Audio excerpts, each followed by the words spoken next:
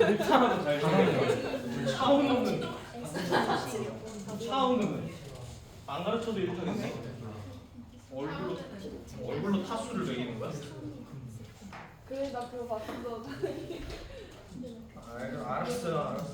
수능 특강 아마 오늘 독서가 발매가 됐을걸? 오늘 독서가 나왔을 건데 독서는 내신용으로만 씁니다. 기출 안 하셨으면 기출이나 하세요. 독서는 기출 다 해가지고 이제 할 게 없어. 지문이 머릿속에 다 남아있어가지고 더 이상 볼 게 없어. 그러면 이제 훑어 보셔도 되는 거고 연계 체감 아주 요만큼 되거든요. 내신용으로 쓰시면 돼요. 학교에 계약하시면 내신 범위를 확정을 지어줄 거거든. 아마 3학년은 바로 지어줄 거야. 안 지어주면은 어쩔 수 없는 거고. 또 이 시험 2주 전에 또 무슨 솔로지옥 출연자 공개하듯이 한 명씩 썰 풀어제끼고 이러면 어쩔 수 없지 뭐. 장수영이 하는지 안 하는지 좀 확인해 보시고요. 서준이다 됐다 그러면 학교 선생님 확인해 보시고요. PDF 제가 다 따놨어요. 필요하면 말씀하세요. PDF 야매로다가 다 찢어가지고 스캔 돌렸거든. 또 OCR 돌려가지고 가지고 있으니까요. 드릴 수 있으니까 필요하시면 말씀하시고요. 또 바꿨어. 그때 글씨 다 깨져 있어가지고 DPI 올려가지고 설정 다시 바꿨어. 고전 소설 여기 들어가 있는데요. 고전 소설에 대해서 제가 따로 말씀을 드릴 게 있나? 내신 때 하신 거 기억나시면 되는데 안 나실까봐 잠깐만 얘기하면 고전 소설 특 전형적인 인물 쓴다. 두 번째 시대 당연히 반영되어 있고 세 번째 전기성 비현실성 들어가는 경우 상당히 많고 비현실성이 전기성이랑 같은 얘기고 또 정말 우연한 우연성 이런 거 많이 들어가 있고요. 그런 게 이제 고전소설 특이죠. 뻔하다. 내용이 뻔합니다. 요즘 히어로물도 마찬가지.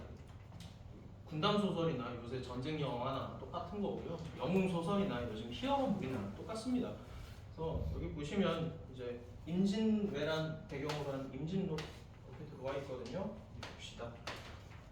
이원익이 말하기를 도적의 마음이 교만해서 우리를 업수히 여기면 쉽게 여기면 반드시 성공하리라 하고 이 일을 선봉으로 삼아 고감을 흘리며 나아가니 외장 평행장이 부장 종일로 하여금 이라고 되어 있네요. 그러면 종일은 일본군이다.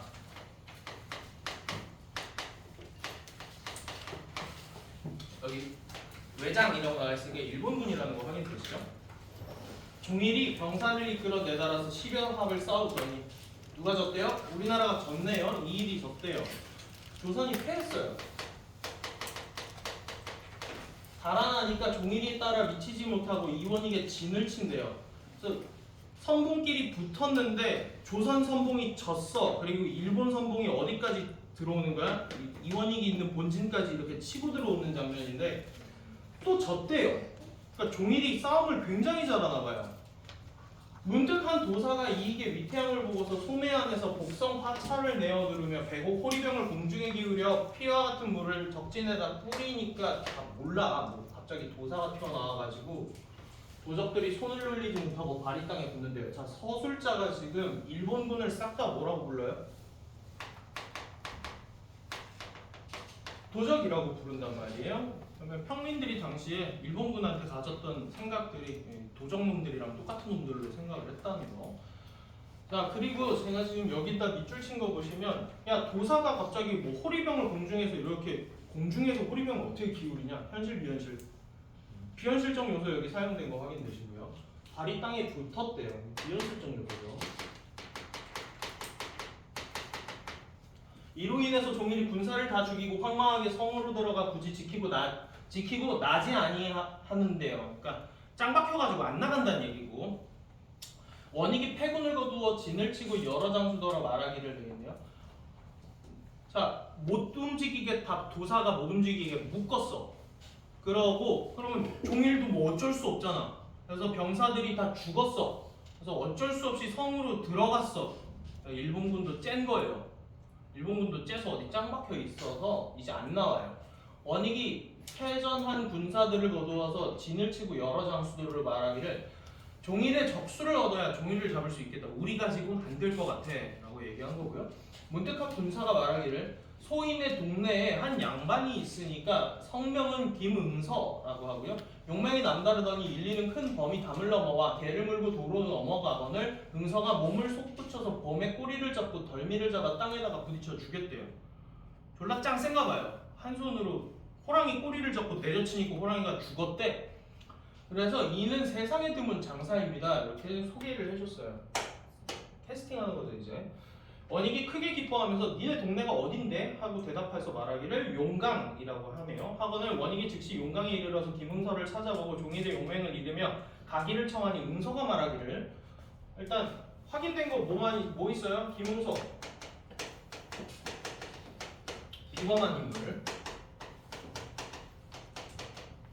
그럼 얘가 아마 영웅으로 잡히겠지? 군담수에서. 그 다음에 얘 일단 신분이 양반이라는 거. 얘들아 이거 양반은 직책이 아니다 신분이야. 양반은 신분입니다. 넘어가서 내 제주도 없을 뿐 아니라 지금 부친이 상중에 있으니까 어찌하리요 이렇게 얘기되어 있네요.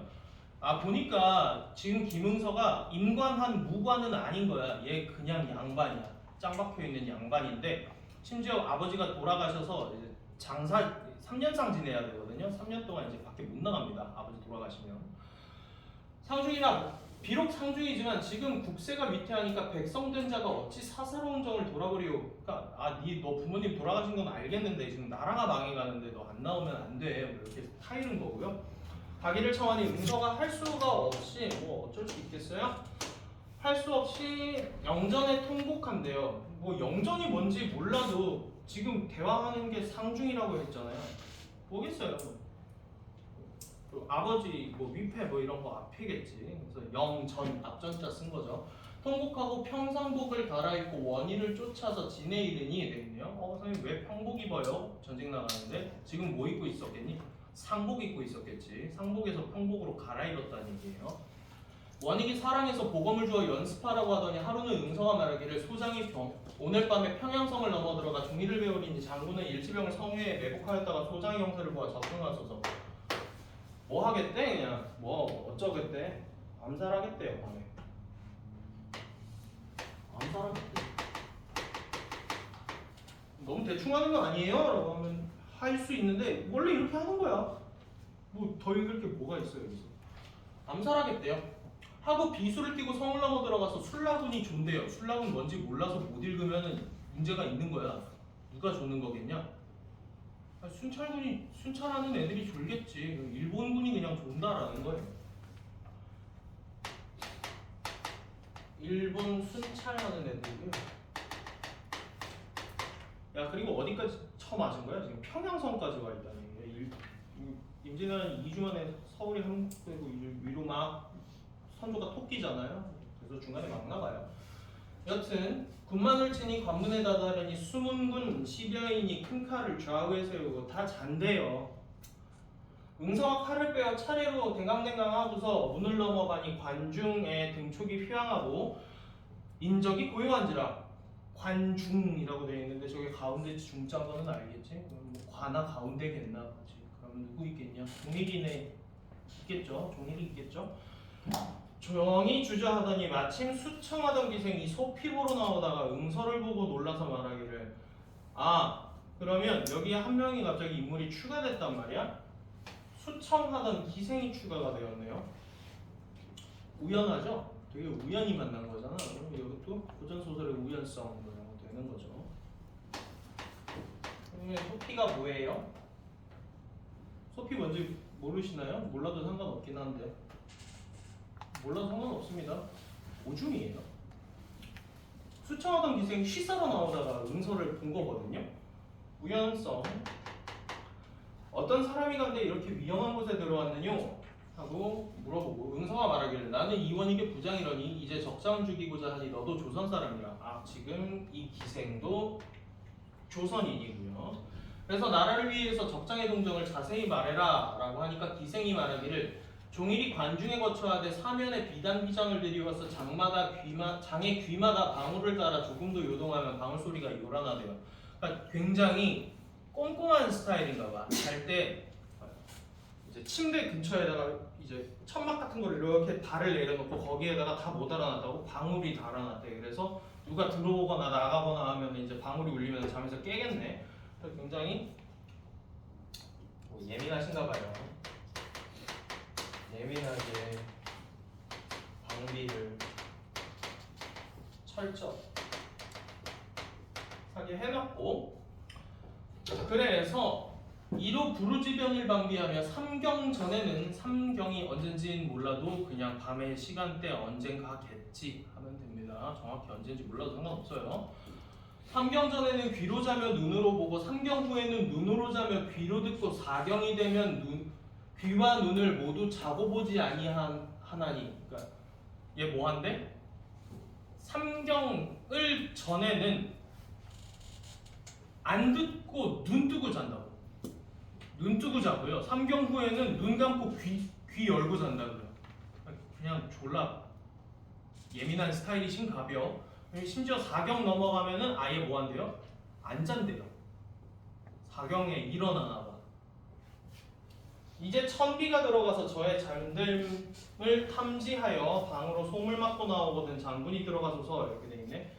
그러니까 되게 예민하게 방울 달아놨으니까 그냥 종이를 죽이러 들어가면 방울 울릴 거 아니야. 그러니까 이 여자 기생이 뭐 하겠다고 들어가서 방울을 다 막아버리겠대, 솜으로. 그러고 내가 나오면 네가 들어가서 댕강 하면 되겠네요. 천비는 천한 비, 여자 자기를 낮춰 부르는 거고요. 여튼 하고 들어가더니 이윽고 나오는지라 응서가 즉시 들어가 종일에 술에 취하고 장창보검을 좌우에 잡고 상에 누워 자거늘. 이상하지 않냐? 이렇게 예민한 애가 술 처먹는다는 게 좀 말이 안 되기도 하고, 이렇게 예민하게 철저히 방비를 세우는 애들의 군기가 너무 해이해져 있기도 하고 좀 약간 앞뒤가 잘 안 맞죠? 평민소설이라 어쩔 수 없는 한계가 있기는 하다. 근데 뒤에서는 또 그렇게 안 해놨지. 여튼 응서가 급히 들어서 머리를 한번 찍고 몸을 날려 들보 위에 앉았대요. 약간 무협지 같은 느낌. 이게 자고 있으니까 머리를 이렇게 콱 찍어서 댕강 했는데 종일의 머리가 떨어지며 화를 냈대. 뭐노? 되겠노? 비현실적 요소잖아. 목회를 하네. 머리가 잘라주면서 화를 내고 이렇게 비현실성. 잡았던 보검으로 들보를 치니 응서의 군복자락이 맞아떨어지며 종일의 머리와 몸이 상하게 거꾸러진대요. 이거 맨날 나오는 그런 클리셰 있잖아요. 졸라 빠르게 댕강 탁 하고 자르고 칼 집어넣어. 안 죽었지롱. 근데 시간 지나면 뭐 이렇게 잘리는 거 있잖아요. 그런 클리셰. 비현실이죠. 잘렸으면 그대로 갑니다. 자, 그래서 응서가 내려와서 종일의 머리를 들고 나올 때 그 기생이 울면서 말하기를 장군이 소첩을 이런 사지 죽음의 땅에다가 놓고 가려고 하느냐 하고 따라오거늘 응서가 불쌍히 여기서 데리고 나온대요. 장중 자연이 시끄러워서 술라군이 일시에 불을 들고 창검을 휘두르며 고함을 하니까 응서가 기생을 보고 다시 말하기를 내 손을 죽도록 놓지 말라. 뭔지 아시죠? 손 이렇게 붙잡고 가면서 내 손 놓지 마. 가는 거잖아요. 싸움 개잘하고 김은서 당연히 졸라 잘생겼겠지. 뻔하지 뭘. 차은우 같은 애들이 하면 되겠네. 근데 충신으로 하기에는 200억을 탈세하셔가지고 이제 못 쓰실 것 같고. 야씨 그거 얼굴 그렇게 생겼다고 200억씩 200억보다 더 벌었다는 얘기잖아. 200억을 탈세했다는 게. 아마 소득세율로 따지자면 수익이 한 600억은 된다는 얘기인데. 그냥 잘생겨서 600억 버는 세상이 너무 쫙 같은 거 아니야? 난 주육일 개처럼 굴러야지 600만 원 버는데. 아씨 짜증나네. 참 세상이 그렇지 뭐. 원래 불공평해 세상은. 자, 응서가 불쌍히 여기서 뭐 내 손을 죽도록 놓지 말라 하고 칼을 두르며 나오더니 성 밑에 다다라서 외장 평의지가 칼을 들고 크게 꾸짖으며 네가 관계로 우리 장수를 죽이고 감히 튀려고 해? 하면서 달려드니까 힘을 다해서 싸우다가 응서의 칼이 있는 곳에 도적의 머리가 추풍낙엽 같으니 평의지가 당하지 못해서 물러가거늘 이거 서술자가 얘기하는 거지? 추풍낙엽 같대. 서술자가 편집자적 논평 들어갔네. 편론 들어갔네요.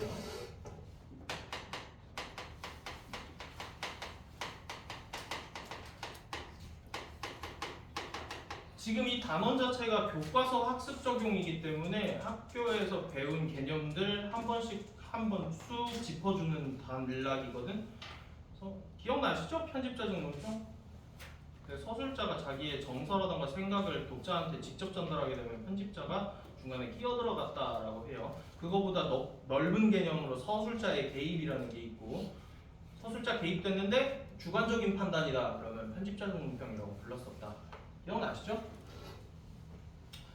여튼 바야흐로 성을 넘으려 할 때 비록 용맹하나 기생을 얻고 무수한 도적을 대적하며 기력이 기진한지라 그래서 너무 힘들었대요. 즉시 전대로 기생의 허리를 메어 성을 넘어가고자 하더니 이렇게 손잡고 가다가 안 되니까 잠깐 하고 이제 뭘 전대 이거 보통 여기 허리에 차는 끈을 전대라고 하거든요. 이걸 풀러서 여자를 허리에 탁 묶고서 이제 가는 거죠. 멋있네요. 여튼 평수맹이 달려들어 한 칼로 기생을 베고 바로 응서를 취하거늘이라고 돼 있네요. 이거 뭐예요? 등에다가 맸는데 방패가 돼버렸노. 기생이 잘렸어요. 그래서 여튼 응서가 개빡쳐가지고 평수맹을 일합에 베니 합은 그러니까 칼 이게 휘두른 횟수를 합이라고 하거든요. 1합, 2합 이렇게 해요. 한 칼에 다 죽였다는 얘기예요. 적병이 사방으로 흩어져 달아나는지라 응서도적 수십을 베고 성으로 넘어오니 부장 안일봉씨가 이름이 왜 이렇게 촌스러워? 군을 거느려 매복하였다가 응서를 적응해서 진중으로 돌아와 전말을 보하니 원익이 크게 기뻐하며 응서의 공을 치하고 종일의 머리를 기에 달아 호령하더라 이렇게 하고 끝났습니다. 대충 잘 얼버무려져 있죠. 군담에다가 영웅소설에다가 약간의 로맨스 약간 넣어주고 항상 뻔한 클리셰 목 탁 잘렸는데 이놈 하면서 목 댕강 이렇게 되는 거. 애니 좀 보셨으면 다 귀칼 같은 거 보면 뻔하지. 그 있잖아. 번개보고 딱 끝나면은 적 잘려 있어 안 잘려 있어. 적 안 잘려 있는데 3초 뒤에 승 하면서 이렇게 갑자기 피 송골송골 맺히다가 싹 잘리는 그거 있잖아요.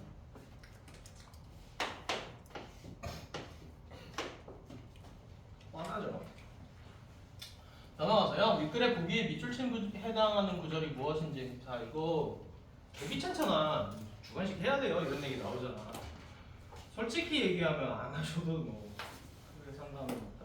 대신에 뭐는 좀 하고 가셨으면 좋겠냐. 보기가 나한테 뭘 말하고 있는지는 알고 가셔야 돼. 서설에서 서술자는 인물의 행위나 상황을 묘사하는 가운데 그에 대한 주관적 평가를 줍니다. 아, 뭐 찾아달라고? 네, 편집자적 논평 좀 찾아달라고.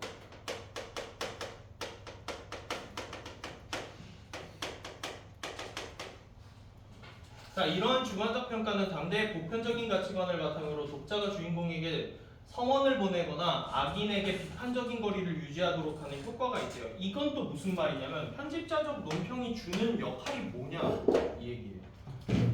주관적 평가 왜 했어? 라고 하면은 독자의 이제 반응을 누가 컨트롤하는 거야? 서술자가 컨트롤하고 싶은 거예요. 그러니까 종일이 불쌍해지는 이런 불상사를 막겠다고.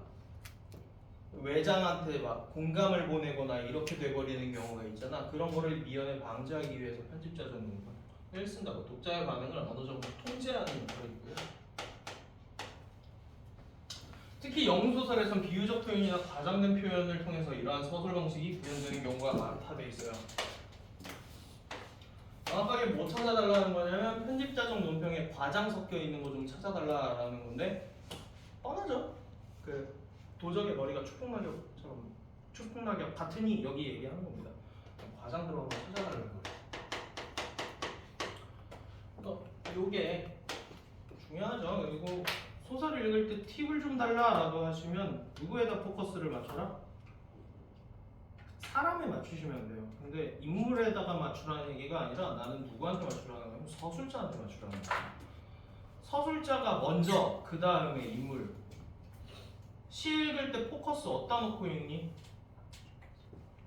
화자한테 포커스 놓고 읽잖아? 화자가 뭔데? 김승리 보여줘. 화자가 뭔데? 보여줘. 김승리의 힘을. 화자가 뭐냐? 그냥 읽으라고 하는데요. 미친놈. 그냥 읽고 그냥 푸신. 그래? 그럼 뭘 읽으라는 건데? 알려주는 게 없어요. 뭐 하는데? 그냥 읽어라. 김승리를 욕하면 또 개떼처럼 그냥 읽으래? 문제에서 문제 풀면서 내용을 알아요. 그냥 대충 읽고 문제에서 열심히 하래요.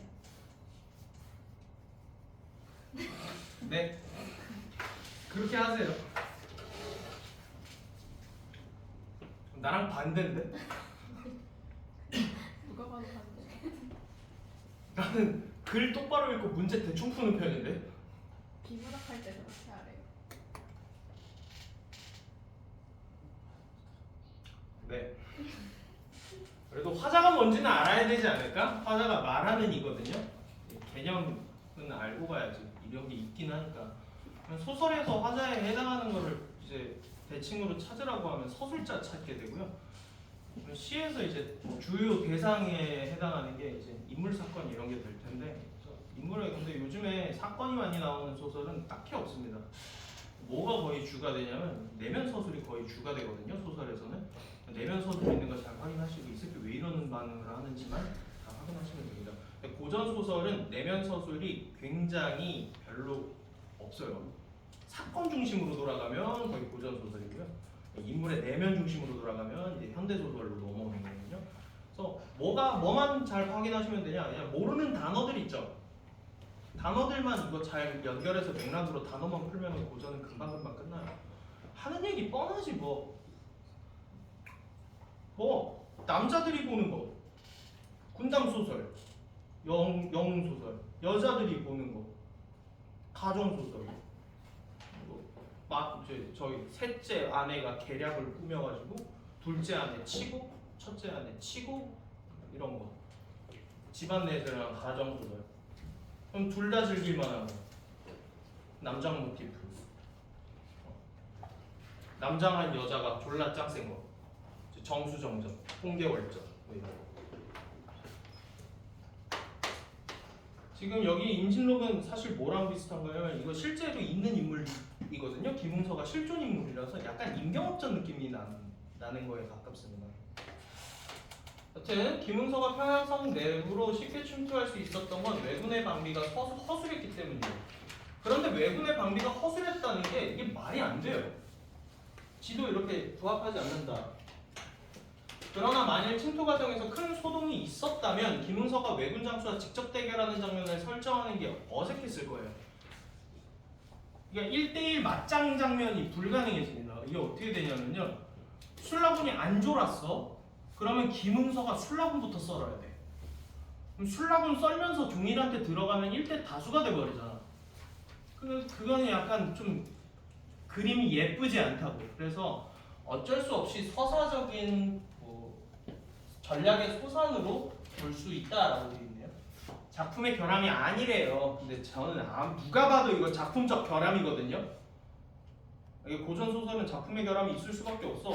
왜냐면 소설을 잘 쓰는 사람들이 쓰는 게 아니기 때문에 그래. 애초에 평민들이 쓰는 게 작점 이상이잖아. 그러니까 고도의 장치 이런 것들이 들어가기가 되게 힘들단 말이야. 허균은 이런 설정을 하지 않지. 그래서 결함이 아니라 하여튼 서사적 전략의 수산이래요. 이게 뭔 얘기하고 싶다는 얘기야? 그래서 작가층은 김웅서의 평양성 침투 장면보다 왜군의 장수와의 대결 장면이 독자의 흥미를 더 끌 거라고 예측했을 거래요. 그러니까 액션 씬을 1대1로 잡고 싶어서 일부러 그랬다라는 얘기인데 저 이거 문장으로 예쁘게 안 써줘도 되죠. 답은 뭐 답지에서 보시면 되니까. 이게 뭔 얘기하는 거냐면 노잼은 빼고 꿀잼 장면은 넣고 이게 서사적 전략이야. 그래서 일부러 이렇게 했다라는 얘기를 하고 싶으신가 같아요. 말이 안 되죠. 어거지입니다. 수가 없지.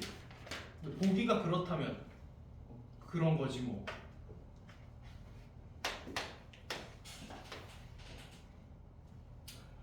제가 이제 수특 작품들을 계속 쓱 보고 이제 강의 준비를 하고 있는데 아니 왜 이렇게 일본을 싫어하는 거야? 아유 일제강점기 얘기가 한두 개가 아니야 이거. 거의 도배를 해놨어. 일제 나빠요. 산업화 나빠요. 돈 싫어요. 고향 떠났어요. 나 떠돌이에요. 너무 외롭고 슬퍼요. 너무 뻔한 것밖에 없어. 징소리 문순태 징소리랑 똑같은 게 뒤에 계속 있어. 애지간치 사회주의식인가? 모르겠네. 기본적으로 문학은 사회주의 베이스를 깔아야 돼. 왜? 연대의식, 공동체, 함께 맞서 싸워서 이겨야 해. 존나 혁명적이네. 약간 사회주의적인 느낌이 좀 있죠. 개인주의적인 거 생각하실 거면 경제 지문 열심히 하시면 됩니다. 이 기간 소비 모델 애지게 하시면은 효율성을 극도로 추구하지만 이거 비문학 아마 기출 지문에 있을 텐데 효율성을 극도로 추구하는 게 자본주의적이고 기업적인 특징을 가지고요. 하지만 정부 행정법 같은 거 보시면 효율성을 극도로 추구할 수는 없어. 왜? 주민의 의사가 묵살되는 경우가 있기 때문에 주민의 의사와 효율성을 둘 다 동시에 진행하기 위한 방안으로 다양한 직접 민주주의 제도 뭐 이런 거 있다고. 하여튼 임진록은 한편으로는 역사적 사실에 기대면서도 한편으로는 설화적 상상력에 기반한 초현실적인 장면을 설정했대요. 뻔한 거 맨날 비현실적인 요소 전기성이라고 합니다. 임진왜란이 초래한 우리 민족의 비극을 그려낸 작품인데요. 비범한 영웅의 활약상을 형성하는 한편 계층을 초월한 민족적 연대의식이라고 되어 있네. 그럼 계층 초월한 거 우리 뭐 읽었지? 김응서 양반이다? 기생 손 잡고 천민 손 잡고 데리고 가고 이런 거는 말이 안 되는 거야. 계층을 뛰어넘은 거지. 여기 아까 전에 기생 그 다음에 응서 함께 있었던 거 애적에 대항하는 민중의 활약상을 비장하게 그려낸다. 아 종이를 죽이는데 이 여성 계층 뭐라 그래야 돼? 네. 천민 계층이 도움을 줬죠. 네, 그거 얘기하는 거고요. 이를 통해서 전란에 대응하는 지배층의 무능과 외적의 무자비한 행태에 대한 반감을 드러낸대요. 자 지배층의 무능 뭐 나왔는데요? 이원익 이 새끼 김응서 없이는 아무 것도 못해요. 김응서는 없었잖아. 김응서는 원래 관직에 있는 사람이 아니잖아. 지배층이라고 보기에는 좀 뭐하단 말이야. 그러니까 원래 그러면 방비를 잘해가지고 이원익이 다 이겼어야지 처음부터. 김응서를 데리고 올 게 아니라. 무능함에 대한 비판이죠. 그 다음에 장소를 어디로 잡았냐? 미친 평양성이야. 어디까지 뚫렸다는 거야? 일본한테 평양까지 넘어갔다는 얘기죠. 개무능하죠? 선조 빤스런했다는 얘기잖아요. 여튼 인적 물적 피해에 대한 정신적인 위안을 도모하는 한편 이거 임경업전 할 때 매지게 많이 봤던 보기들 아니니? 임경업이 거기에서 막 호황한테 꾸짖고 막 이러잖아요. 그거 보면서 민중이 되게 통쾌함을 느꼈을 거라는 거 불가능한 일이잖아요. 그거 허구의 일이잖아. 또 비슷한 거 개 많아 이런 거. 정신적인 위안을 도모하는 성격을 뭐가 가지냐면 이거 거의 모든 고전소설이 이래요. 평민이 창작한 고전소설이든 양반이 창작한 고전소설이든 고전소설의 경우에는 정신적인 위안을 위해서 쓰는 경우가 되게 많아. 야 남장 모티프 적게 나오니 많이 나오니? 고전 소설 할 때 남장 모티프 되게 많이 나오거든. 남장 모티프가 나오는 이유가 뭔데? 그 당시에 여성의 사회적인 진출이 억압되어 있었기 때문에 굉장히 답답했을 거라는 얘기예요. 그거를 정신적 위안을 삼기 위해서 남장 모티프를 차용해서 전공을 세우거나 군공을 세우는 여성을 그려내는 것도 많고요. 또 뭐도 많아요? 이렇게 이미 진전쟁이잖아 사실. 저버린 전쟁에서 영웅을 가상의 영웅을 갖다가 놓고서 사실은 우리가 이길 뻔했었음 뭐 이런 것도 되게 많아요. 이것도 사실 따지자면 정치적인 위안인 거지. 허균의 홍길동전. 네, 서자 장자 차별이 너무 심해요. 서자 장자 차별이 너무 심해가지고 허균이 정신적으로 굉장히 피폐했을 거란 말이지. 그거를 허구의 사건을 허구의 세계를 창작해내서 자기의 정신적인 위안을 도모했어요. 그럼 니네 배운 걸로 해줘? 이생규 장전. 이생규 장전도 마찬가지. 그거 김시습이 쓴 거잖아. 김시습이 사육신이었다며. 그래서 정치적으로 자기가 졌단 말이야. 정치적으로 패배한 거잖아. 정치적인 패배에서 정신적으로 굉장히 고통받았겠죠. 그걸 허구의 세계에다가 풀어낸 게 그게 이생규 장전인 거잖아. 그래서 되게 열심히 하는 최여인 갖다 놓고서 사실상 딱히 뭐 안 하는 이생 갖다 놓고서 이생이 단종이고 사육신들이 이제 그 최여인으로 갖다 집어넣으시면 뭐 말이 되죠. 현실의 제약을 극복하려는 의지 뭐 이런 거 들어가잖아요. 다 그렇습니다. 소설이 거의 다 그래요. 고전 소설 특히. 한편 무고하게 희생된 민중을 애도하고자 하는 의식을 보여준대요. 그런가 봐요. 외적에게 패해서 도망가는 이원익을 문득 한 도사가 등장해서 도와주는 장면은 설화적 상상력을 바탕으로. 그렇죠. 설화적 상상력은 비현실성만 있는 게 아니라 또 뭐 있어요. 개연성이 박살나 있어야 돼요. 거의 개연성이 없어요. 그냥 우연히 어떻게 돼요. 문득 한 도사 했으니까 문제 없고요. 정신적인 위안하는 효과를 낳았겠다. 자, 읽은 사람들 어떻게 됐을까? 휴 다행이다 이렇게 됐겠지? 문제 없고요. 김응서가 사서로운 점 때문에 전랑화 중에 은거하고 있다는 설정을 통해라고 되어 있는데요. 김응서가 전랑화 중에 은거하고 있는 이유가 아버지 죽어서는 아니에요. 앞에 먼저 뭐가 나와 있어? 대사 보시면 김응서의 첫 대사가 재주가 없다예요. 재주가 없는데 하필 상중인 거지. 재주도 없고 상중인 거예요. 그러니까 상을 당한 거는 서브의 이유고요. 메인의 이유는 뭐야? 나는 내가 재주가 있는 줄 모른다는 얘기야. 그래서 이거 말이 안 됩니다. 메인의 이유가 될 수는 없어요. 국가 안보보다 가문의 법도를 우선시하는 지배층의 무능한 행태를 드러내고 있다라고 되어 있으면 이 작가 계층이 김응서를 욕하고 싶었다는 얘기인데 말 돼요 안 돼요? 김응서가 메인 캐릭터인데 김응서를 까기 위해서 이런 설정을 넣었다고? 말이 안 돼요 일단. 안 되고요. 그럼 지배층의 무능한 행태를 보여주는 건 누군데? 이원익 얘네들입니다.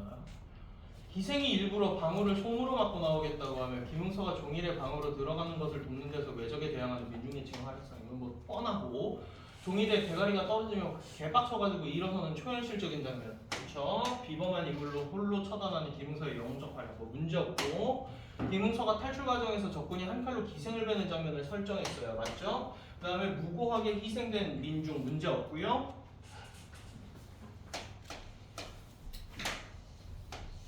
그대로 끌고 내려오시면 이렇게 맞죠? 거기에 있는 거 그대로 끌고 내려오시면 됩니다. 자, 아마 극작가 나올 텐데 극을 메인으로 다룬 적이 거의 없습니다. 니네 아마 나랑 한 게 마지막인 게 메밀꽃 무렵이 마지막일걸? 그리고 극작품이 안 나온 출제가 기출이 안 된 지 꽤 오래됐어요. 수능에서 극 안 나온 지 좀 됐어. 시랑 소설은 항상 출제되는 거거든. 항상 현대시, 고전시, 현대소설, 고전소설 이 4개는 무조건 나오는데 둘 중 하나야. 수필 나올래, 극 나올래 둘 중에 하나인데 요새는 항상 뭐였다? 근 3년 동안 수필이 주로 출제가 되고요. 극은 잘 안 나옵니다. 모의고사에나 나오고 수능에는 출제 안 된 경우가 좀 있습니다. 그래서 극을 좀 상대적으로 등한시하게 됐을 거란 말이야. 그럴 수밖에 없잖아. 니는 맛없던 까만 책을 풀든가 아니면은 뭐 커리큘럼 책을 보시면 극이 많이 나와요? 수필이 많이 나와요? 스펙이 훨씬 마이너스 담겨 있어요. 그래서 극은 잠깐만 얘기를 좀 하고 갈게요. 극간의 가장 주된 특징이 뭔데? 메인이 뭐야? 극에서 메인이 되는 게 서술자 없음이야.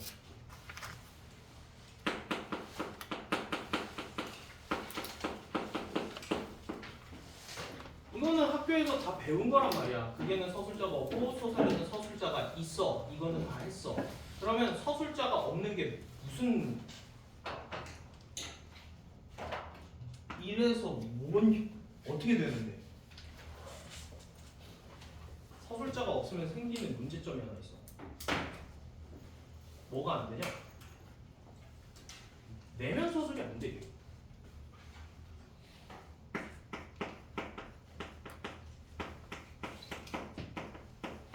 인물의 내면을 찾기가 되게 어려워.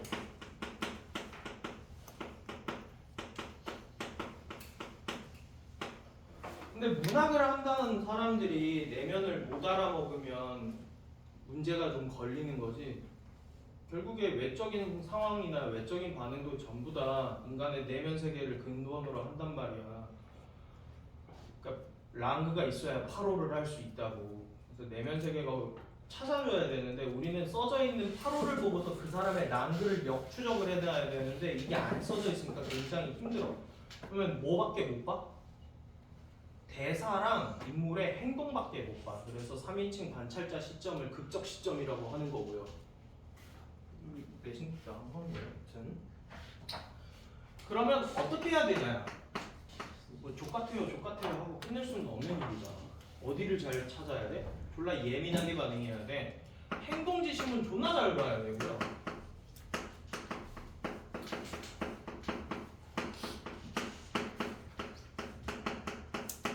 대사를 굉장히 잘 봐야 돼. 이게 뭐니까? 이게 8월이니까. 이게 외적 반응이니까. 인물의 외적 반응이니까.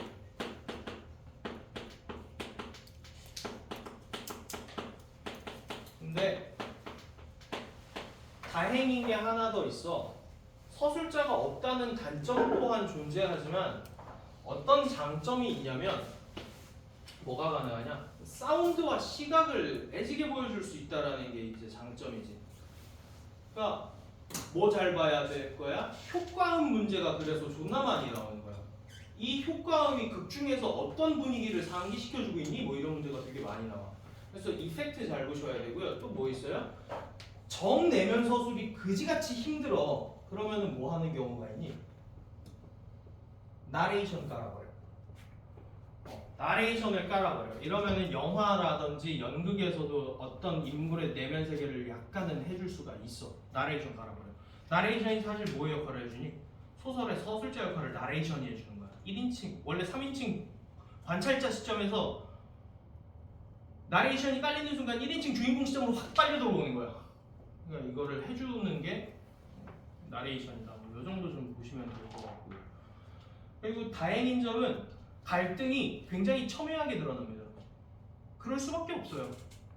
야, 메밀꽃 필 무렵이 그래서 개 쌍노잼인 거야. 뭐가 없어. 갈등이 없어. 그러니까 개 쌍노잼인 거야. 그게 이상한 거야. 잘못 만든 거죠. 뭐 여튼 그거 원래 소설이었으니까. 그래서 극으로 만들 거면은 기본적으로 갈등이 굉장히 첨예합니다. 그래서 인물들이 보통 뭐 해요? 싸워요. 어떻게 싸우고 있는지 잘 보시면 된다는 얘기예요. 그래서 갈등이 첨예하다는 장점도 있습니다. 문제 푸는 입장에서는 이게 단점인데요. 즐기는 입장에서는 이게 장점입니다. 누구의 생각이 더 많이 개입되니? 관객과 독자의 생각이 훨씬 더 많은 역할을 차지하고 해석의 다양성이 주어지는 부분이기 때문에 이게 진짜 감상을 목적으로 하는 문학작품이라고 한다면 당연히 더 좋은 거지. 니네 고전소설이 어려운 거야? 하기 싫은 거야? 어려운 거야? 싫은 거야? 싫은 거잖아. 내용이 어려운 게 아니라 그냥 하기가 싫은 거잖아. 그럼 왜? 말이 그냥 어려워서 그리고 내용이 뻔해서 하기가 싫어 지겨워 맨날 한 얘기 또 해. 그래? 그렇진 않다는 거. 또 임진을 하래. 또 조선이죠. 미안. 여기 정철 봤어요? 반갑지 않아요? 이렇게 만나니까?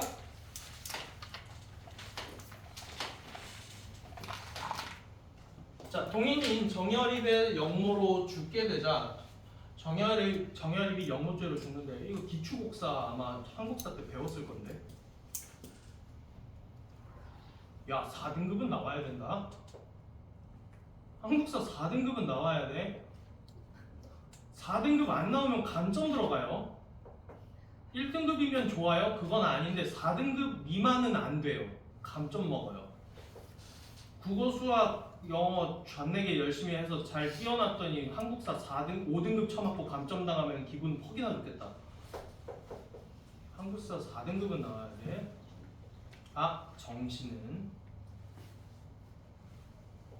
정시 아니에요. 저 그냥 뭐 어차피 내신으로 갈 거라서 알바노예요. 그러면 상관없습니다. 여기에는 뭐 내신 쓰실 분들이 꽤 계시는데 내신 아예 못 쓰는 반도 제가 하나 데리고 있는 데가 있어서 내신 못 쓰는 반이 하나 있어요. 거기는 그 누구도 내신으로 대학을 못 가는 반이 하나가 있어요. 어딘지는 대충 아실 거고 제가 웬만하면 월급에 애들을 안 받죠. 거기는 안 돼. 여튼 봅시다. 기초국사 사건이 있었는데요. 이거 실제 사건입니다. 여튼 선조는 정열입과 함께 거론된 반란의 주모자 길산봉을 잡기 위해서 서인 정철에게 수사와 재판을 맡긴대요. 그러면 지금 상황을 보면은 동인이 뭐를 하고 있다는 혐의를 받아요? 쿠데타를 일으키려고 했다는 혐의를 받고 있는 것 같아. 그래서 누구를 사용했어? 반대편인 서인들을 사용해서 동인들을 제거하고 있네. 그러니까 이렇게 하는 거거든요. 야, 저 새끼가 나쁜 새끼가 저 새끼가 나한테 반란이 일으킬 것 같아. 너 제일 싫어하지? 칼 쥐어준 다음에 가서 죽여라 이렇게 하거든요. 이거 원래 당연히 이렇게 하는 건데. 몰라요? 대통령 바뀌면 한쪽 검사가 유명해지는 검사가 한 명씩 생기는데. 네. 문재인의 칼이 누구였지? 문재인의 정철이 윤석열이었던 거. 원래 그런 건데. 왜? 이런 얘기 하면 안 되나? 몰랐어요. 몰랐어요? 네. 원래 이렇게 하는 거야. 자, 그러면 이제 서로 죽여라 이렇게 되는 거거든요. 그럼 누가 중간에서 개꿀 빠는 거야? 그리고 이거 비문학 할 때도 써먹을 수 있는 건데 왕이랑 신하는 같은 편이 아니야. 신하랑 왕은 기본적으로 대립관계야. 백성은 사실 알바노야. 얘네한테 관심 없어. 아웃 오브 안중이야. 왕족이 기득권을 가지던 시절이 있고요. 신하 계층이 기득권을 가지던 시절이 계속 교체되는 게 이데올로기 전쟁이거든요. 그러니까 사대부라고 하는 애들이 왕 머리 꼭대기에 올라서려고 연병을 떨어. 그러면 왕족들이 뭐 하냐면 이런 거 진행해. 기추곡사라던가 모사화라던가 사화 일으켜서 서로 죽여라 이렇게 해요. 그러면 이제 다 뒤집혀요. 그러면 뒤집혔다가 이게 시간이 지나면 또 얘네들 신하 가만히 있어? 얘네들 모아가지고 쿠데타해서 왕 날려버리지. 광해군 날려버린 다음에 반정해가지고 중종 세우고 이랬잖아. 인조 세우고 이랬잖아. 그러니까 얘네들이 원래 대립관계예요. 이거 비문학 때 애지간히 많이 써먹을 수 있습니다. 이거 어디에서 한 거 같지? 제2론, 동중서의 제2론. 하여튼 봅시다. 길산봉은 잡히지 않고 심지어 그가 누구인지 실존하는지조차도 불확실하대. 그러니까 있을 수도 있고 없을 수도 있는 애 가지고서 동인을 숙청해 가고 있는 거예요. 에르메스 백을 진짜 받았는지 안 받았는지는 모르겠는데 일단 조지고 보는 시계를 받았는지 안 받았는지는 모르겠는데 일단 조지고 보는 명박이 형도 그렇게 해가지고 여튼 뻔하죠. 구청 최현경이 자리에 있다. 코러스들이 최현경을 둘러싼대요. 그러니까 뭐 무대에 있는 뭐 장치들이나 인물이나 조명 같은 것들을 코러스라고 하나 봐요. 둘러싼다. 술병을 손에 쥔 정철 잔뜩 취해 있다 이렇게 되어 있네요.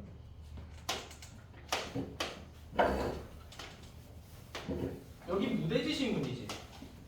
여기는 무대지 신문이야. 아, 쉣, 이거 글씨가 너무 개판이야. 똑같네. 무대지 신문인데요. 그 무대지 신문이랑 해설은 헷갈리시면 안 되는 거예요. 해설은 언제 들어와요? 극 스타트에만 들어와요. 극 중간에는 못 껴들어와. 그러니까 니네들이 해설을 볼 일은 거의 없어.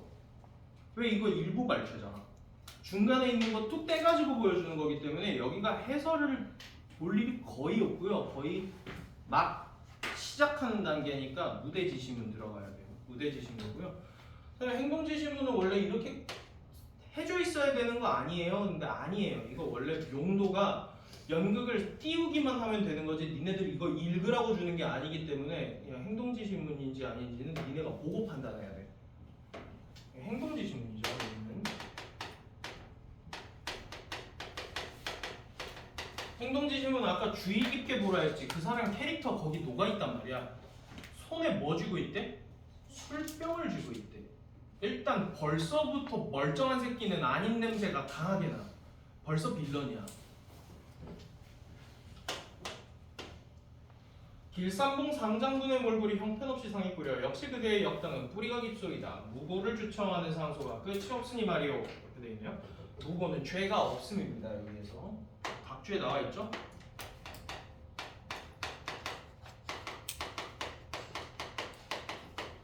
주장하는 상소문이 끝이 없대. 이거를 정철 최현경한테 얘기했어.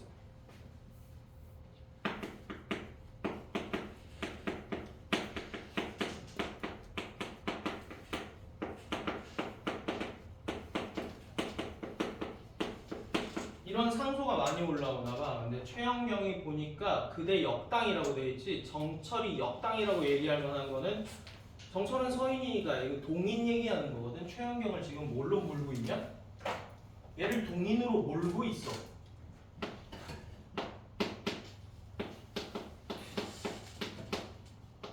진짜 동인인지 아닌지 알아요? 몰라요? 몰라요. 우리는 안 나와 있었으니까 동인으로 몰고 있음.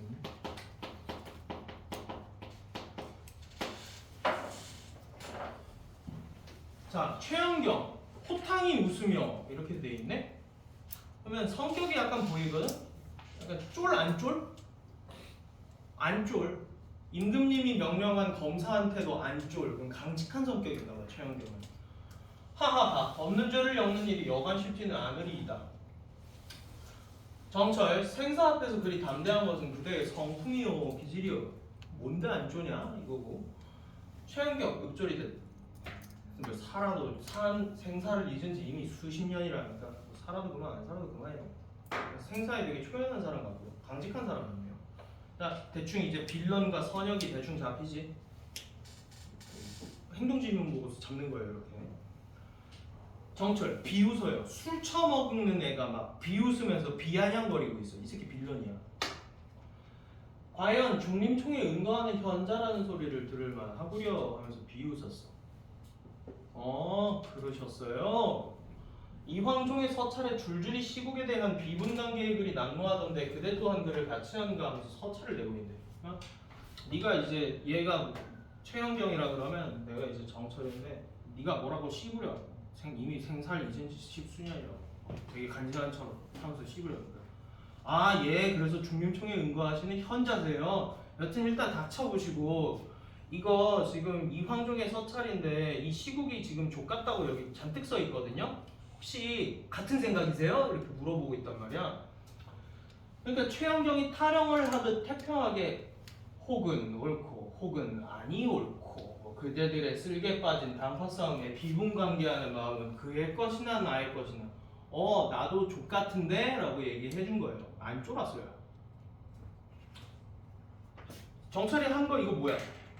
혹시 족같으셈? 족같으면 너 동인? 그러니까 네가 인정. 나 족같음. 이 상황 이거 말이 안 된다고 생각함. 벼슬을 불린 그의 것이나 나의 것이나 벼슬을 불린 것은 나의 도량에 그에 미치지 못함이요 이렇게 돼 있네요.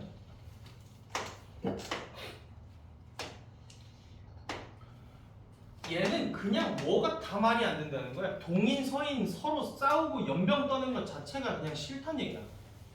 이 시국이 문제가 있다라는 거는 최현경도 맞다고. 최현경이 뭐라고 한 거냐? 최현경은 죄가 없다는 상소를 받고 있는데 최현경이 현재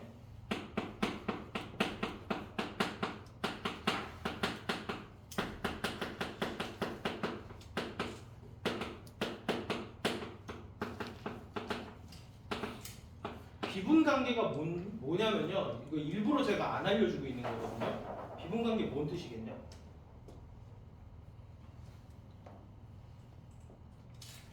이 시국에 대해서 비분관계하는 글이 난무하고 있다라는 거를 이제 너한테 보여줬어.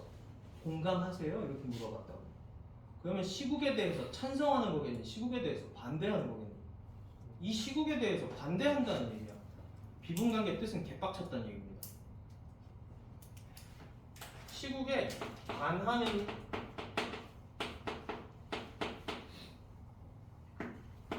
공감한다고. 그러면 최현경이 말하는 이 시국에 대해서 부정적으로 인식하는 이유가 뭔데? 쓸개 빠진 당파 싸움이라고 한 거 보니까 쓸데기 없는 짓 한다는 얘기야. 쓸데없이 당파 싸움만 해.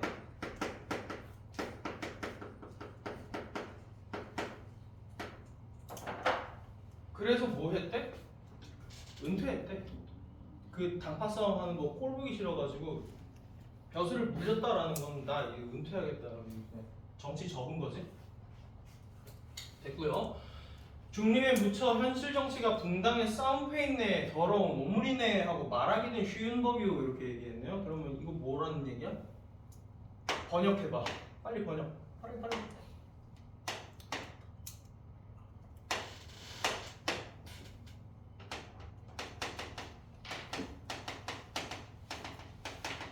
처박혀서 댓글 싸지르는 거는 존나 쉽다 이거야. 그래서 정치 현실에서 벗어나가지고 개새끼들이네 하면서 욕하는 거는 쉽지. 그 얘기거든요. 처박혀서 지동하는 거 없잖아.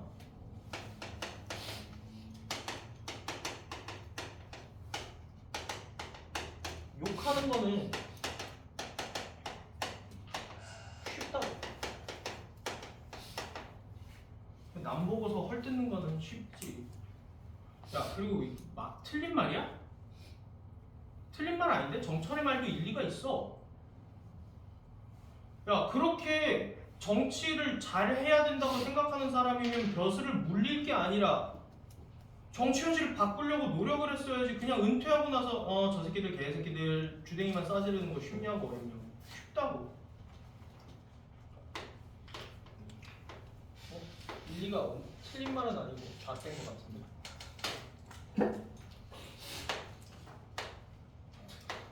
꺼내줘.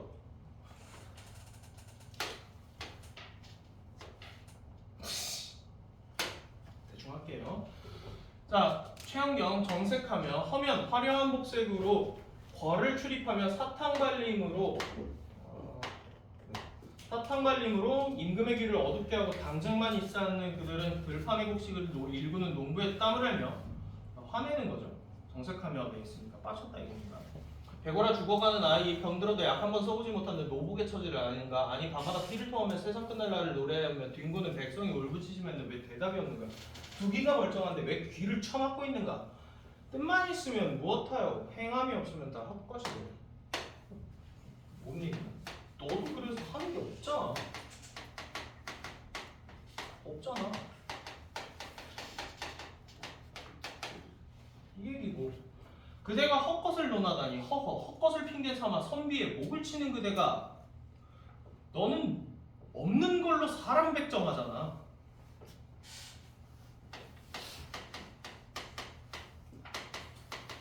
너는 없는 일로 사람을 죽이잖아.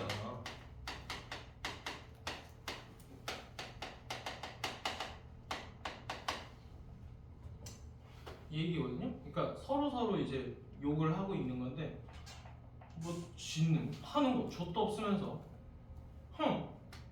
하는 게 내가 좆도 없다고? 쥐는 아예 없는 일로 사람 죽이는 주제에 싸우고 계신 겁니다. 할아버지 두 분께서 당쟁 중이신가 봐요. 자, 중량. 화를 내면 선조가 화를 냅니다. 임금이 화를 내고 있는데 길산봉이 어떤 자이길래 최현경의 목숨까지 앗아간단 말이오. 최현경 죽었어요.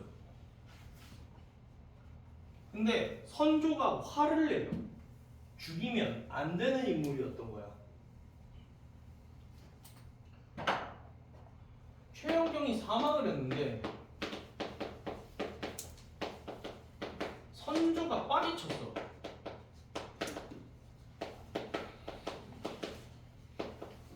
그럼 다시 말하면 죽이면 안 됐던 거야. 최현경은 죽으면 안 되는 사람. 안 되는 인물인데. 송구합니다. 최현경이 길산봉이라고 하기에는 너무나도 미력한 인물이온데 이게 뭐냐면 죄송합니다. 길산봉이라고 하기에는 최현경이 그렇게 막 대단한 인물은 아니었는데 제가 옥사에까지 이르렀으니 신을 벌하십시오 이렇게 되어 있네요. 그러니까 옥에서 죽었다라는 게 이제 옥사거든요. 저 잘못했습니다. 죽일 거 아니었는데 다만 수많은 나쁜 일들을 이렇게 밝히고자 그렇게 한 충정은 좀 생각을 해주십시오. 내가 죽이려고 죽인 게 아니라 이게 좀 이상한 일들이 너무 많아가지고 이거 밝히다가 뭐 어쩌다가 보니까 죽은 거야. 그러니까 이게 너무 나한테 뭐라고 하지 마잉 이거 하는 거거든요. 정철 뭐 이렇게 얘기하고요. 이산해라는 새로운 인물이 등장하는데 이산해가 최현경을 길산봉이라고 무고한 이네. 여기에 있는 무고는 죄 없는 사람을 고발한 거네. 요즘 쓰는 무고죄에서는 위에 거 쓰겠니 아래 거 쓰겠니? 아래 거 쓰는 거야. 죄 없는 사람을 고발한 사람에게 죄를 물림이 무고죄니까. 죄 없는 이를 고발한 애들이 전부 정철대감의 수하래 서인이래. 그러면 이산해가 생각하기에는 최현경은 죄가 없다야. 맞지? 무고했다라고 하는 거 보니까 정철의 계략이 옵니다. 천부당합니다. 신의 충심으로 옥사인데 여기에는 위에 개치사예요. 여기 죽을 사자 써놓고 여기에는 일사자 써놨잖아. 그러니까 옥사를 진행하였을 뿐 했으니까 감옥과 관련된 일을 담당하였을 뿐 죄 없는 자를 무고한 바가 없사옵니다. 충심을 다한다는 위관이 어찌 술에 취해 공초를 진행하였겠사옵니까? 그러면 옥사는 누가 하는 거야? 자, 지금 위관 누구야? 정철이 위관이야. 그럼 위관이 하는 일이 뭔데? 지랄. 정철이 하는 일이 뭔데? 옥사야. 이렇게 잡으면 되지? 그럼 위관이 뭐 하는 역할인 것 같니? 지금으로 따지면 검사의 판사 역할까지 지금 겸하고 있는 게 위관이 하는 역할 같아요. 특검이라고 하면 될까? 특검입니다. 술 처먹고 특검하고 있는 게 그게 너무 누가 생각이 나버려서 술 되게 좋아하시는 특검 하셨던 분이 계시는데 지금 특검 당하시고 계시고 지금 정철을 당장 파직하옵소서. 왜 노린 거 같지? 올해 수능 특강에 하필 왜 노린 거 같지? 전하, 신의 사사로운 허물을 들추어 어이를 흐리고자 하는 간계이옵니다. 이산해, 이 서찰 앞에서도 그런 무례한 말을 한단 말이오 하고 선조에게 서찰을 하나 주니까 안색이 묘연해진다 라면서 지금 선조의 태도가 애매하고 모호하게 바뀌었다는 거 계속 볼게요. 이산에 최연경이 즉 길삼봉이라고 상수하면 벼슬 격정은 하지 않아도 될 것이다. 이게 송강의 필체가 분명합니다. 고등학교 3학년인데 송강 보고 나서 누구 생각한 건데? 그 송강 당연히 아니고 정철이 송강이다. 송강 정철이야. 잘생기지 않았다 정철은. 그리고 실제로 정철은 정치를 굉장히 저딴 식으로 많이 했어요. 혹시 관동별곡 읽어본 사람 있어요? 정철 뻔하게 하는 얘기가 지가 무슨 신선됐다는 얘기야. 맨날 뻑하면은 이태백들 먹이거든. 이 새끼 기본적으로 술 개처먹는 애예요. 기본적으로 술을 개처먹어요. 얘 실제로 정철이 저희 유배빵 박혀있다가 시 2편 쓰고 시 2편이 선조가 보고 나서 만족해서 유배를 풀어주잖아. 그게 성미인곡, 삼미인곡, 이거 삼미인곡, 성미인곡 2편인데 기본적으로 시를 쓰는 건 정치 행위가 아니라 뭐 하는 거냐? 이거 유흥이다. 시 쓰는 건 기본적으로 유흥이야. 그럼 시를 잘 쓴다는 얘기는 얘 술상무였다는 얘기야, 선조에. 여튼 아니옵니다. 전하 모함이옵니다. 어릴 적 문우였던 제가 어찌 서강의 필체를 모르겠나이까. 지금 이게 뭐예요?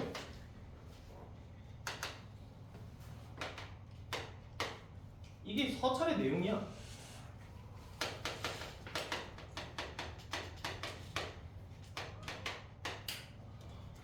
필체를 도색하는 것은 일도 아니옵니다. 일찍이 이산에는 정렬입의 서간 정철과 이산의 눈이 불꽃이 튀듯 부딪힌다.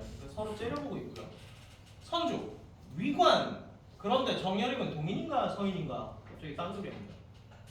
선조가 위관을 불러요. 그러니까 누가 대답해요? 정철이 대답해요. 정철이 위관이네요. 머뭇대다가 당황했죠. 이런 거 보고 이제 문제를 낼 거면 당황하면 뭐 이런 거 한다고요.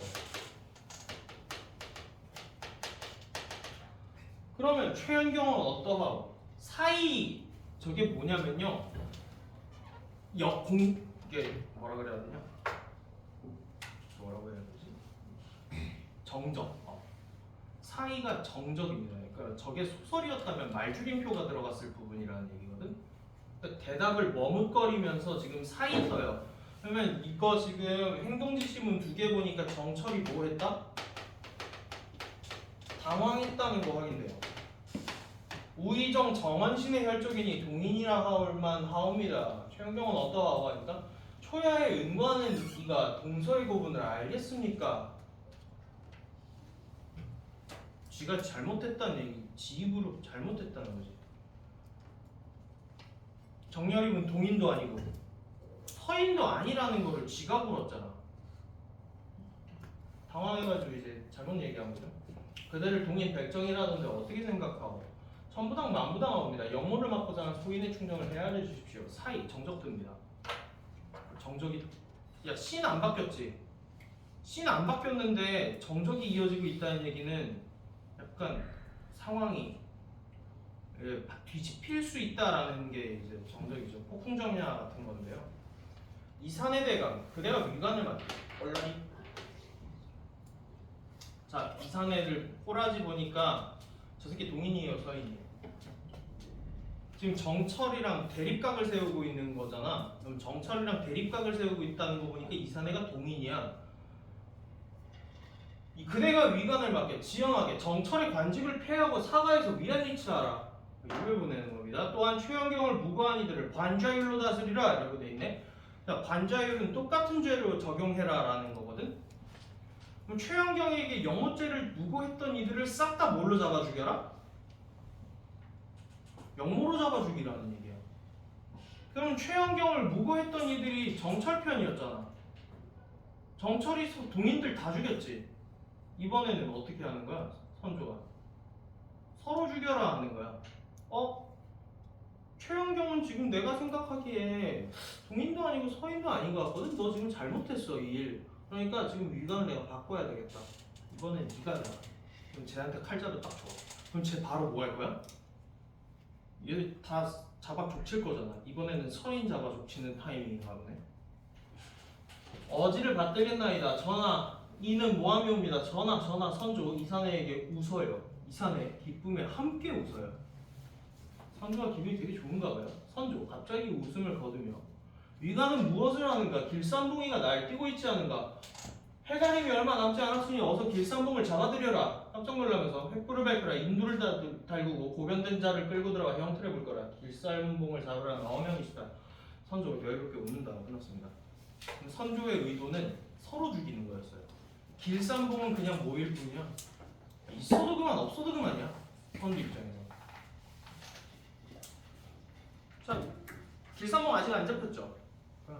얘한테 너 이 새끼 위관 시켜줬으니까 이제 바로 뭐해? 길산봉이 찾아 내려와. 이제 없는 길산봉 잡느라 이제 동인 다 죽어 나갔으니까 누구 차례야? 이제 선인 잡아서 길산봉들 차례네. 자, A와 B에 대한 이해로 적절하지 않은 거. A가 뭐냐? A 뭐야? 옥사? 위에 있는 옥사냐? 밑에 있는 옥사? 밑에 있는 옥사? A가 옥사인데 그러니까 위관의 임무지. B는 서찰? 그 밑에 있는 서찰? 그 이사내가 보여준 서찰? 이걸 정철 계략이 적혀있던 서찰 얘기하는 거예요. A는 자 봅시다. 최현경은 정철이 A를 진행한 이유를 당쟁에서 찾는다 이렇게 되어 있네요. 지금 위관의 임무를 어떤 식으로 하고 있어? 그러면 진짜로 위관이 해야 될 일이 뭐니? 진짜 해야 될 일. 길산봉 찾기지. 근데 길산봉 안 찾고 뭐 하고 있어? 당쟁하면서 상대편 숙청 중이잖아. 그러면 정철이 A를 진행하는 이유를 당쟁에서 찾는다. 문제 없고요. 정철은 나라를 위한 충정에서 위관의 임무를 진행했다고 주장합니다. 계속 그랬죠.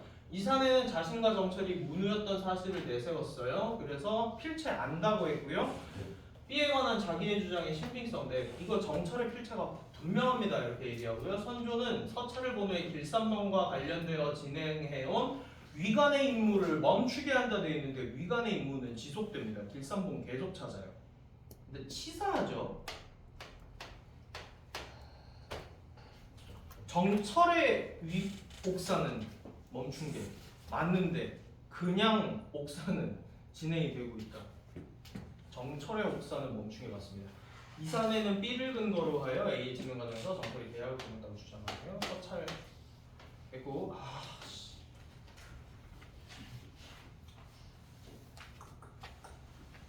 어디 갔어? 기억이 뭐니? 술 마심? 행동지심을 받고요. 행동으로 위관으로서의 정치를 수행한 공적 업무가 나중에 술 처먹고 했다는 비판 받고요. 이응이 최현경이 웃는다? 호탕하게 웃으면 지심은 최현경의 성격과 심리를 안 쫄아요. 없는 죄를 엮는 일이라는 대사는 정찰의 행위에 대한 최현경의 부정적인 인식을 그렇죠. 너 헛거가지고 지금 사람 죽이고 다니잖아. 이것이 비웃음, 지심을 고려할 때 상대방을 현잘하는 소리를 들은 말하는 인물이라고 한 정철의 대사가 반어였다라는 걸 알 수 있다 돼 있는데 뭐 맞기는 한데요. 정확한 근거를 좀 찍어라 그러면 뒤에 보시면 인정 안 해요 정철. 최현경이 뭐라 그러냐면 정철이 최현경한테 너 하는 거 아무 고도 없잖아 이런 식으로 조롱한단 말이에요. 보시면 인정하는 게 반어였다는 거. 그 다음에 리을 등장인물의 심리를 권유해서 자신의 허물을 만들려고 하는 최현경이 시면 최현경은 그냥 이런 짓을 한 적이 없는 것 같은데? 최현경은 이런 행위를 한 적이 없습니다. 허물이 없고요 일단. 그 다음에 앞선 대사에서 등장인물이 말을 읽지는 못하는 녀석과 연결되는 지심은 뭐였지? 사이냐? 뭐야? 정설이라는 이사내가 눈싸움 하는 거야? 네. 바로 사관 이러고 끝나고 눈싸움 했던 걸로 기억하는데 서관 뭐 이렇게 얘기하고 정렬입에 서관 하면서 눈싸움 하니까 말을 지금 못하는 녀석과 연결되는 거 등장물 간의 보조 등갈등 물꽃이 튄대요. 일산봉전의 소재인 기초국사는 선조 22년에 일어난 정렬이 명모 사건에서 비롯된 이를 계기로 동인 쪽 선비들이 큰 피해를 입었으며 동인과 서인 간의 당쟁이 심화되었다. 극 중에 정철과 이사내는 각각 동인과 서인을 대변했던 실존 인물이랍니다. 저도 몰랐어요. 그래서 기초국사 진행 과정에서 다수의 죄 없는 선비들이 반란의 주모자가 된 길산봉으로 몰려서 희생된 반면에 선조는 동인과 서인 간의 갈등으로 정치적인 이득을 본 것으로 평가를 받는데요. 마지막에 누가 이기게 해요? 선조 다음 왕이 누군지 알면 돼요. 광해군이 왕이었어요. 광해군은 동인 편입니다. 동인이 이겨요. 근데 결국엔 서인이 또 이기죠. 광해군 날려버리잖아요. 서인들이. 인조가 서인들을 등에 업고서 인조 반정이 있었던 것이고 계속 이렇게 돕니다. 여튼 기초국사의 진행 과정에서 길산봉으로 몰려 희생된 반면 선조는 동인과 서인 간의 정치적 이득을 본 것으로 평가받는데요. 그래서 신권이 확 약해지겠죠. 이러면 정치적인 토대가 허약했던 선조는 동인과 서인 간의 갈등 속에서 기초국사의 처리를 실질적으로 주도함으로써 신하들에 대한 통제력과 왕권을 강화할 수 있었답니다. 이게 되게 큰 파장을 불러일으키거든요. 어떻게 돼요? 물갈이 되죠. 숙청당하죠. 그러니까 고위 관직자들이 숙청당하니까 정치 체제가 혼란을 겪는 와중에 누가 쳐들어와요? 일본이 쳐들어와요. 개판나요. 그래서 개털려요. 여튼 학생일 정천물과 최영경의 대사를 보면 두 인물이 같은 표현을 사용하는데 같은 표현 뭐 있어요? 보시면 헛거 있었단 말이야. 헛거라는 같은 표현을 사용해서 서로의 행동에 대한 부정적인 인식을 드러내고 있다. 뭐라고 했냐? 행동이 없으면 헛것인 것을 뭐 이렇게 얘기했고요. 그다음에 그대가 헛것을 말하다니 없는 걸로 사람 쳐 죽이는 주제 뭐 이렇게 얘기했단 말이에요. A는 헛것이고요. B에서는 지시문을 보면 극중상황과 등장인물의 심리를 헤아릴 수 있어. 그래서 지시문 잘 보라는 겁니다. 이거. 땡이라는 지시문은 선조의 태도 변화를 나타내면서 뒤에 제시되는 이산의 놀라는 모습이랑 연결된다 했으니까 갑자기 정색하면 갑자기 웃음을 거두면서 갑자기 정색하며 거기입니다.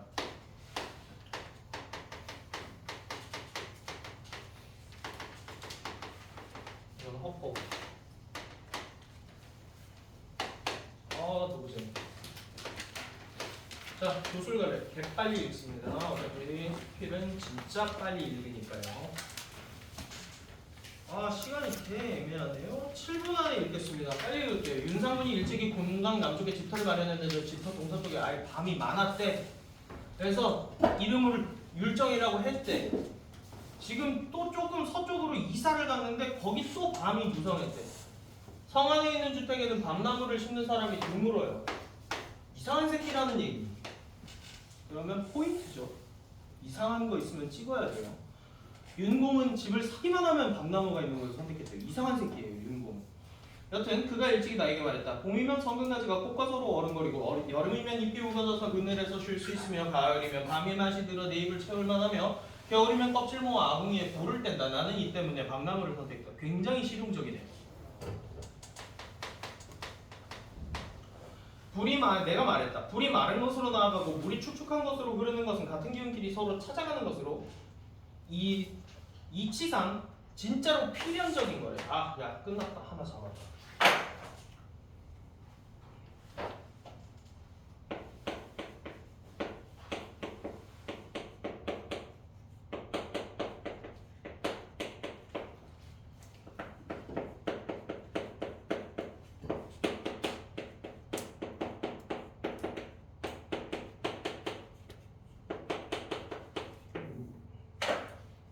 끌리는 대상이라고 말을 쉽게 해놨는데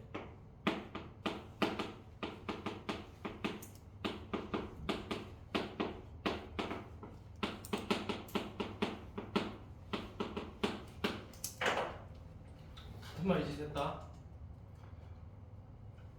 오행 상생설에서 기원하신 것 같은데 음양론에서도 기원하신 것 같고요.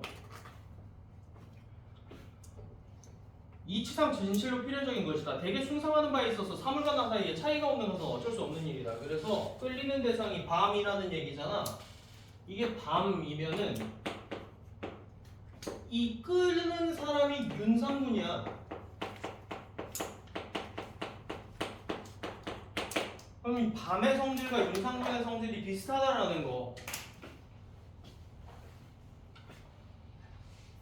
물화일체네. 이런 물화일체잖아. 왜 그러한가? 자, 이런 것도 포인트로 찍으시면 되는데 이제 화작하시면 보실 수 있는데요. 스스로 문답을 던지잖아요. 그럼 거기 주제꼬라는 얘기예요. 하늘과 땅 사이에 풀이나 나무가 나는 것은 모두 한기운이기 때문이다. 그런데 뿌리와 싹과 꼬매가 열매가 나고 자라고 피고 맺히는 어려움과 쉬움 빠름과 느림이 제각각 다르다. 유독 밤은 만물 중에서 가장 늦게 나는데 마찬가지. 야, 밤이 늦으면 윤상군도 늦을 거야. 나무를 심기가 매우 어렵고 오랜 시간이 걸리지만 자라기만 하면 쉽게 성장하면 잎이 매우 늦게 나지만 피기만 하면 쉽게 녹음을 이루며 대꾸 들어가 있네. 그러면 결국에 거기에 있는 단어가 뭘로 갈아 끼워지든 서술어는 그대로 뜻을 유지할 것이고 그러면 늦으면 쉽고 늦으면 쉽고 늦으면 쉽고 늦으면 쉽고 빠지면 채워지고 빠지면 더해진대. 아, 세상을 어떻게 보시고 계시냐면 플러스가 있으면 미안 순서대로 맞게 하면 마이너스가 있으면 나중에 플러스가 있을 것이고 앞에 플러스가 있었으면 나중에 마이너스가 있을 것이다. 그러면 처음에 쉬웠으면 나중에 어려워질 거고 지금 어려우면 나중엔 쉬워질 거야. 공부하는 얘기 같은데요. 원래 어렵게 해야 나중에 쉬워져. 어려운 걸 먼저 참아줘야 나중에 쉬워진다고. 그리고 수능 대비 쉽게 할 거예요? 어렵게 할 거예요? 어렵게 할 거예요. 그래야지 수능 때 쉬워져요. 수능 대비 쉽게 하면 수능이 어려워져요. 세상의 만물의 이치가 이런 거 아니야? 강주원 인생 쉬웠지. 지금 인생 어려워졌단 말이야. 1학년 때 쉬웠지. 갈수록 어려워진단 말이지. 1학년 때부터 쉬웠냐? 별로 안 쉬웠을 것 같은데. 이채원 1학년 때 쉬웠냐 걔? 걔 인생 졸라 어렵게 살았는데? 뭐 방학 때 허구한 짱 박혀가지고 아무 것도 안 하고 12시, 1시까지 10시간 혼자 짱 박혀가지고 수능 기출만 준내했어. 일이 안 나오는 걸 본 적이 없는데 걔 여기서 편해. 인생 편해졌어. 마찬가지. 윤공은 나와 같은 애. 자, 그러면은 윤공은 늦게 스타트를 했을 거고 크게 됐을 거예요. 그때 나이 이미 30이 넘었고 그러다가 40이 넘어서야 처음으로 벼슬에 나아갔으므로 사람들은 늦었다고 했는데 공은 벼슬에 나아가 더욱 충실해야 할까. 그러다 선생님께서 먼저 공을 알아보셨는데 크게 쓰이게 됐어. 하루 동안에 9번이나 승진해서 높은 지위에 올라 중책을 담당하게 되었으니 이것은 별로 손질을 하지 않았는데도 무성하게 뻗어나간 나무와 같은 것이다. 그 기틀을 세우는 것이 처음에는 어려웠으나 성취하는 것이 나중에는 쉽게 됐어요. 어려우면 쉬워집니다. 그래서 이는 밤나무의 꽃과 열매와 같은 점이 있다. 자, 이거 그냥 2개 쓸까 하면은 숲을 끝이야 이거. 나는 이치로 설명하려 한다. 풀과나무의 뿌리가 흙에 묻혀 있을 때 그 싹이 너무 깊이 있으면 당연히 올라오는데 싹이 우미 트는 데까지 오랜 시간이 걸려. 하지만 뿌리는 굉장히 깊게 들어가 있겠지. 그럼 튼튼하겠네. 그럼 뿌리가 잘려 있으니까 성장은 되게 쉬울 거라. 그래서 또 샘물이 웅덩이에 가득 차면 그 물이 조금씩 흘러나오다가 흐르는 것이 고이게 되고 고이게 되면 물이 돌아 흐르고 돌아 흐르면 반드시 무시되어 바다에까지 도달한다. 그러니까 웅덩이가 깊으면 깊을수록 물의 양은 많다고. 얘가 흐르면 더 많이 흘러갈 거야. 됐죠? 그러니 이지러지면 가득 차게 되고 빠지면 더해지는 것과 무엇이 다르겠는가? 같다는 얘기죠. 한 가지 사물에서 나아가 이것을 실증할 수 있게 되는 것이다. 그래서 실제로 증명을 했다 이거예요. 또한 사람이 생성하는 바를 관찰하건대 곧 불이 마른 것으로 나아가고 물이 축축한 것으로 흐르듯이 마찬가지 이거는 위에 한 말 또 하는 거죠. 사물과 나 사이에 차이가 없는 것은 어쩔 수 없는 일이다. 그렇다면 윤공의 영달은 곧 밤의 생장이고 밤을 거두어 간직하면 윤공이 은퇴하는 것이니 그 생장하면 세상을 돕는 도가 있으면 그 간직하면 삶을 수행하는 작용이 있다. 나는 이 정사에 대하여 그 이치를 들어 설을 짓는다. 이렇게 끝났습니다. 고전 소설 갈래 중에 기출되는 건 기갈래 혹은 서갈래 아니면 행갈래도 있어요. 행은 여정을 담은 건데 마찬가지예요. 어떠한 여정을 통해서 자기가 깨달음을 얻었으면 그걸 이제 기라고도 부르고 행이라고도 부르거든요. 설갈래는 뭐냐면 자기의 이론을 정립하면 설갈래예요. 그래서 유비 확장됩니다. 설갈래의 특징은 유비 추론, 유비 확장이에요. 이규보의 이욕설 같은 게 대표적인 유비 확장입니다. 집을 수리했던 경험을 토대로 해서 사람의 몸독으로 할 것이고 사람의 몸독으로 하니까 세상이 돌아가는 정치도 이루어갈 것이다. 이렇게 유비 확장되는 게 설갈래의 특징이죠. 여기에서도 마찬가지 밤으로 시작해가지고 세상 만물까지 가서 끝났습니다. 시간이 좀 모자라가지고 문제는 다음 시간에 풀 건데요. 다음 시간에 어디까지 해보시면 되냐?